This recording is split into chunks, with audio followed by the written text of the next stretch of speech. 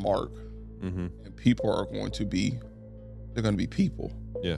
But just like you said in the question there, the people that represent God aren't necessarily God himself. That we have to be able to understand that people are people, and that doesn't put shade on God. Right. It just means that people are people. Yeah. And we have to, once again, consider ourselves and be able to extend the grace if we want extended toward us, and not allow that to affect how we see God.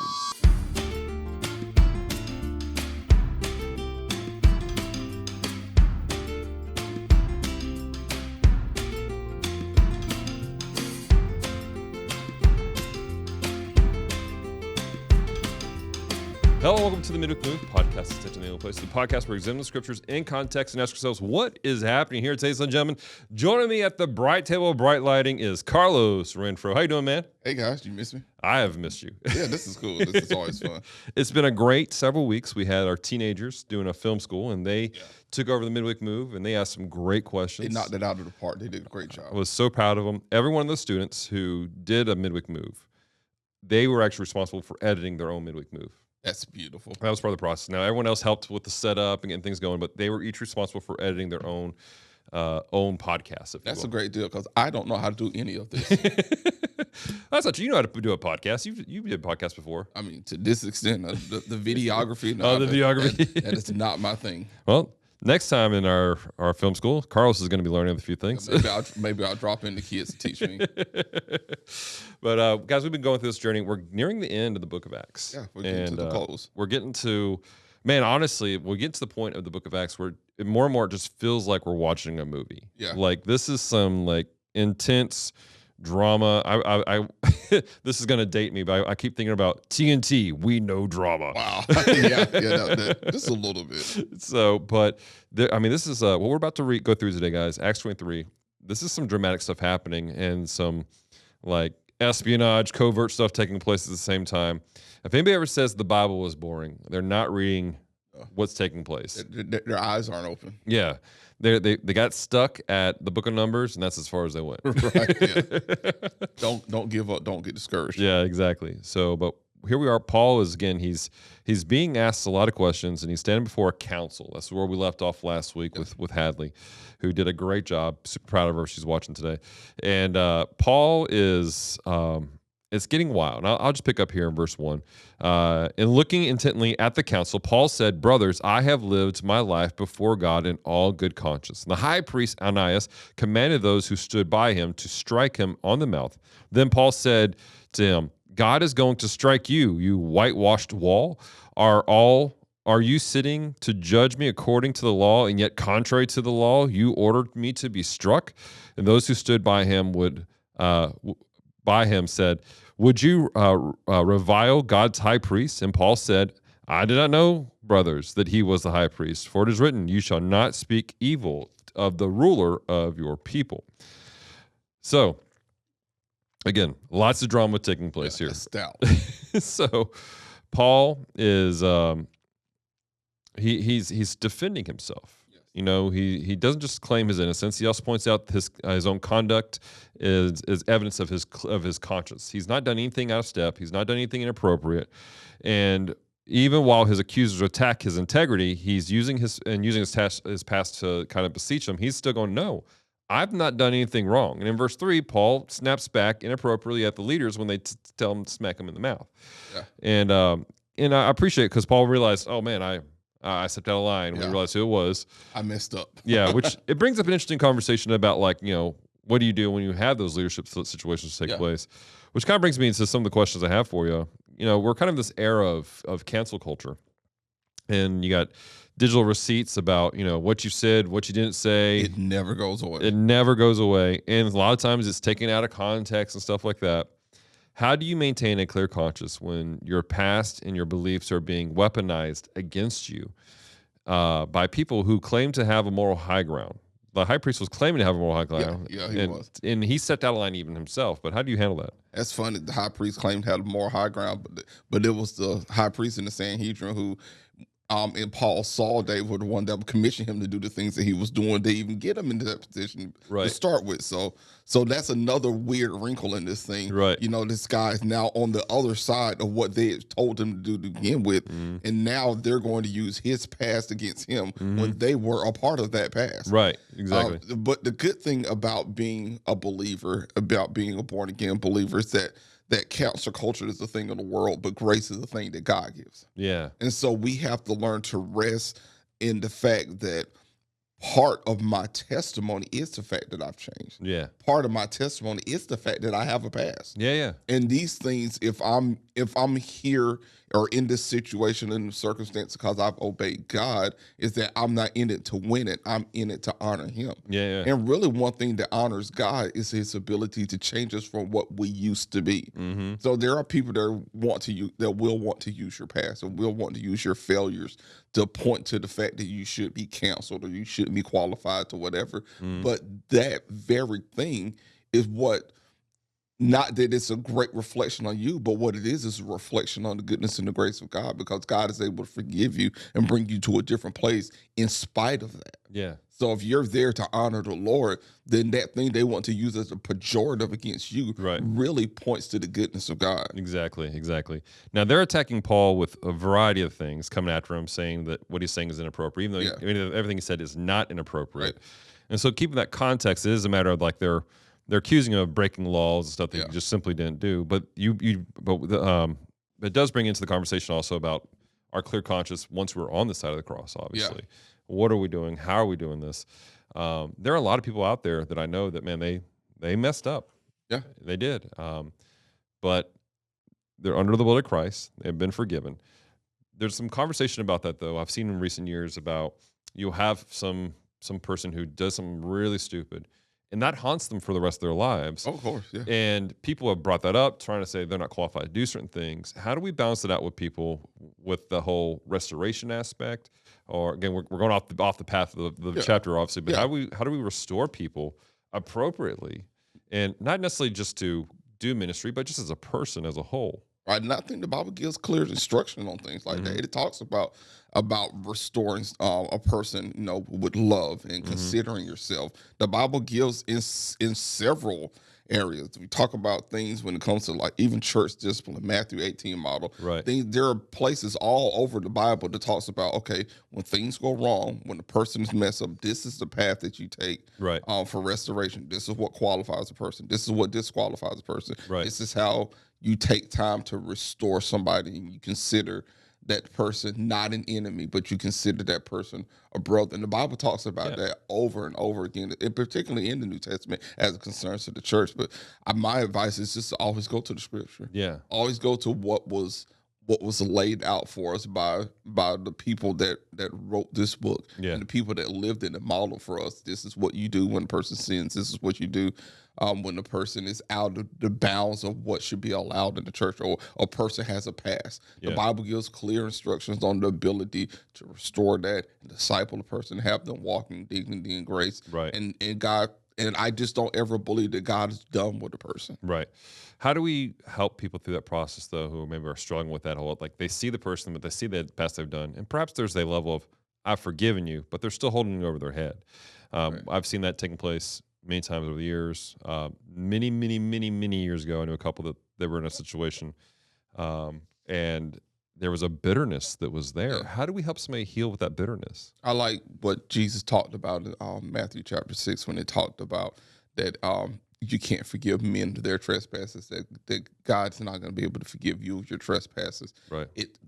What it does is that it paints a picture of the power of forgiveness and the power of healing, that God, an infinite, all-knowing, untouched by sin, holy God, is able to look at you and your faults and your failures, Right. and say, I'm going to forgive you of all things and restore relationship between you and I. Right. Obviously through the blood of Christ, but God is willing to forgive and restore. Right. And if we're telling God that we can't do that, when we're telling God that our standards are higher than yours, Yeah. and we have to consider ourselves. That's why the Bible says when we restore people that we consider ourselves. We think about where we've been. Right. And that with God being up here, and our vertical relationship being with him and Right. our horizontal relationships being, with one another. That vertical relationship and that image and that picture that God paints him toward us is ultimately designed to affect how we treat other people. Right. Exactly. Um, kind of moving along a little bit. Here we see Paul again. The situation, there's a lot taking place. At one point, it's men that kind of same station of life as him, brothers, if you will. But then you have the high priest, which Yeah. this is a person of authority that's over him. Now, people go, "How did he not know who the high priest was?" Because he hadn't been in Jerusalem for 20 Oh, years. So it's just the high priest didn't have an Instagram page back in right. those days. It's so easy for us because people that are well known in our society, we see them on TV, on the internet, and in Right. publications, but that didn't exist back then. Exactly. And so with that taking place, first off, this wasn't a normal council meeting. He was pulled out of context. Right. Likely the guy wasn't wearing because there's an official robe the high priest would have Right, to yeah, wear yeah. to identify them as the high priest. So that's the reason why he barked back at him. But in this situation, this is a high priest, and Paul, we see later, he identifies himself as a Pharisee. Yes. And this is before the stigma of Pharisees were in the Christian culture, but this is a man that Paul, by nature, would have respected. Yes. Because of his raising. He goes, man, that's my high priest. Yeah. Like that. Now he sees Christ as the high priest, his high It's priest. a position of honor. Exactly. He would have honored it. And he respects that situation. But here we have the high priest going, smack him in the mouth. It's a personal attack by someone in authority, someone that he should trust, Right. someone that should be impartial while dealing with situations. Right. How do we process it when people who are supposed to represent God are the one, and people who we genuinely have a respect for, are the ones causing the most pain? And how do you keep your faith in the message when the messengers are failing? Ooh. And that's always, and if you haven't had this happen to you, stick around, because it might. We coined this phrase church hurt, and I really don't like that phrase a whole lot. Sure. We coined this phrase church hurt, and what ends up happening is that people fail, people are going to miss the mark, Mm-hmm. and people are going to be they're going to be people. Yeah. But just like you said in the question there, the people that represent God aren't necessarily God himself. Yeah. And we can go back into the scripture and we can look at a long line of godly people who had good motives, godly people who had wrong motives, and godly people who were commissioned to do the right thing and failed. We can go from Abraham to David to wherever, to Peter on down, even to Paul in this circumstance. Mm-hmm. And we have to know and understand what God's best is according to his word and description. That people are going to come up short of that, but that doesn't necessarily put a stain on God himself. Right. And we have to be able to delineate between the two. And we Mm-hmm. have to be able to give. I know it's hard, but we have to be able to give people the same grace that we Yeah. ourselves would like extended toward us. Absolutely. That's why the Bible talks about in the book of Luke, and says the same measure that you measure with will be measured back to you. When Exactly. it talks about the way that we judge. Yeah. That we judge right and we judge righteously. Right. That we have to be able to understand that people are people, and that doesn't put shade on God. Right. It just means that people are people. Yeah. And we have to once again consider ourselves and be able to extend the grace we want extended toward us, and not allow that to affect how we see God himself. Yeah. And that's why your personal relationship with the Lord is so important. Absolutely. That's why you need to have connection with the Lord. Right. You need to know him as your Father, how the Holy Spirit living, working, and discerning inside of your heart and circumstances and situations. Yeah. So that you can draw that line of delineation between the two and not let the thing twist your heart up and create bitterness. Exactly. We were just talking with our students last week about we're preparing for the new sixth graders coming to youth ministry, and Yeah. we're excited about it. And we're talking about how we love them well and how we welcome them in and creating an environment. And I pointed them back to Jesus' words about the two greatest commandments: love the Lord your God with all your heart, soul, and mind. And the second great commandment is, of course, love your neighbor as yourself. Yes. And one of our students asked a great question because I talked about the whole aspect of showing grace for people, the same grace that you'd want for yourself. We naturally tend to defend ourselves. We tend to show grace for ourselves, and we need to be able to do that for other people. And this one student goes, but what if you don't love yourself? What about for the people who don't love themselves? How are they supposed to process things? To which my answer to them, and in the situation, if you're dealing with stuff and you're struggling to show grace to these people who have hurt you, go back to Jesus said that was the second commandment. Yeah. That's not the greatest commandment. Yeah. We live in a culture that has tried to make it that to be everything. Love your neighbor as yourself, and Right. or actually just love your neighbor. Like they shorten that even. But if you go back to the original, the first line, the greatest commandment: love the Lord your God with all your heart, soul, and mind. So if you cannot love yourself, right, go back to your relationship with God, like you were Right. saying. Fall in love with the Lord. Yeah. Because when we do that, when we love the Lord with our heart, soul, and mind, then our heart's desires, our view comes in alignment with God's. And we begin to see ourselves different. And in that light, then we can start to see people different at the same time. It all flows out of that. That's why God is preeminent. He's the highest rank. He's the first there. Everything else flows out of that. Exactly. All right, let's get down here to the bottom of it. This is where, again, the spy missions take place. And this is a situation that's wild. Basically, after that whole conflict takes place, and there's a bit of a riot, Paul kind of jazzed some stuff. He realized what's going on, and he calls out the fact that he's only on trial because he believes in the resurrection, and the Sadducees don't. Right. And this, because it has to be said every time someone brings up the Sadducees, everyone's like, what's the difference? The Sadducees didn't believe in the resurrection, so they were sad, you see. And so that's how you remember the Sadducees. Yes. But they had a group of people had plotted to kill Paul. In fact, they had taken an oath to say they would not eat or drink until they had killed him. They took that seriously. And then a character that I think people don't remember is his nephew. Yeah. His nephew overhears this. Actual family member. Yeah, I think we highlight Paul and the apostles as these people were like, they have no related family. No, they got cousins, they got nephews, they got brothers, sisters, just like we do. Right, and so did Jesus. Anyways, so, yes, sure does. But anyways, his nephew overhears this, and he's like, this isn't good. So he goes to Paul in the prison, and Paul then has a centurion take his nephew to basically a person in charge and to tell him what's going on.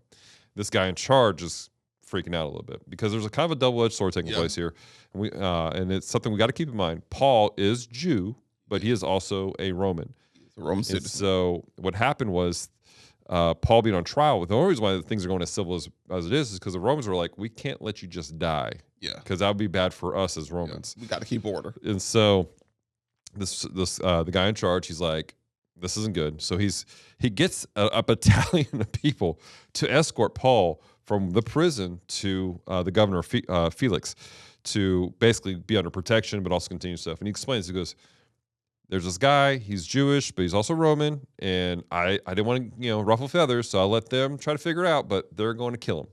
So I'm sending him to you. And so Paul is saved by this miraculous moment. The thing is this, when we think about miraculous moments, we're looking for miracles like the earthquake shaking and the chains popping, we're looking for the angel to show up next to Peter and just walk out of the prison. Exactly. Or we're looking for any other miraculous signs and wonders we see in the scriptures. However, this is a very simple situation where his nephew was just in the room. He goes, oh, snap, this is not good. And he goes and tells. In a world that looks for big signs, viral miracles, how do we train ourselves to see God move in what some would call coincidences? How do we train ourselves to see God moving in these timely small moments, be it a text from a friend or family member, or just being in the right place, or situations just moving correctly for us? How do we train our eyes to see those as just as godly miracles as those dramatic things? Yeah. A while ago, I was able to share a message. I believe it was on a Wednesday night. Maybe it was on a Sunday morning. But one of the key points is that God has a plan. Yeah. And we have to remember a good old big dose of, if you want to call it a big dose of Romans 6:28. I'm sorry, Romans 8:28. You want to talk about all these things working together for the good of those who love us and called according to his purpose or his plan. Is that God is in heaven. And he is not in heaven as an absentee landlord. Right. His hands are not off of circumstances, and that he is working and that he has a plan. And that even in the minute details, it doesn't take the sea parting for God to get involved in your circumstance or your situation to make a way. Right. Because he has a plan. Yeah. And his plan was for Paul to sit in front of a certain number of people and a certain level of authority of people Yeah. in order for the gospel to be advanced, in order for his name to be known. Right. So because God has a plan, he works within that plan. Right. And God is so good, God is so great that he can pause the sun or stop the rotation of the earth, because we understand science. He can do things like that in order to win the battle. But he Right. also can have somebody be nosy and eavesdrop on the conversation. Yeah. You know, he's that detailed and he's that powerful. He's that involved. God isn't just the God of the universe. He's a personal God. Right. He's the God that sees where you are when you wake up, when you're sitting on the edge of the bed. Yeah. He's the God that sees and understands the thoughts that you're having while you're driving or when you're in the shower. Right. He's the God of the minute details too. So these things that we are calling coincidences is still an attentive God looking at our life and intentionally orchestrating certain things so that your good and his glory is the preceded outcome. It's the desired outcome. He does all of it, Right. not just the things that we perceive as being God in nature. Right. But he does all of it. Yeah. So good. So good. Well, guys, we want to hear from you guys. What's happened in your life that you're like, man, I need a miracle that we can pray for with you. Hopefully help you open your eyes to see the small miracles like Carlos was talking about that take place in your life. Reach out to us, mediahub@thbshreveport.com is how you can email us. And if you want more information about the Healing Place, you want to hang out for those Wednesday night sessions that, sometimes Carlos teaches that, like he was talking about. Come by the church, 8957 Kingston Road, Shreveport, Louisiana. We meet every Sunday morning at 10 and every Wednesday at 6:30. Until next time, have a great week.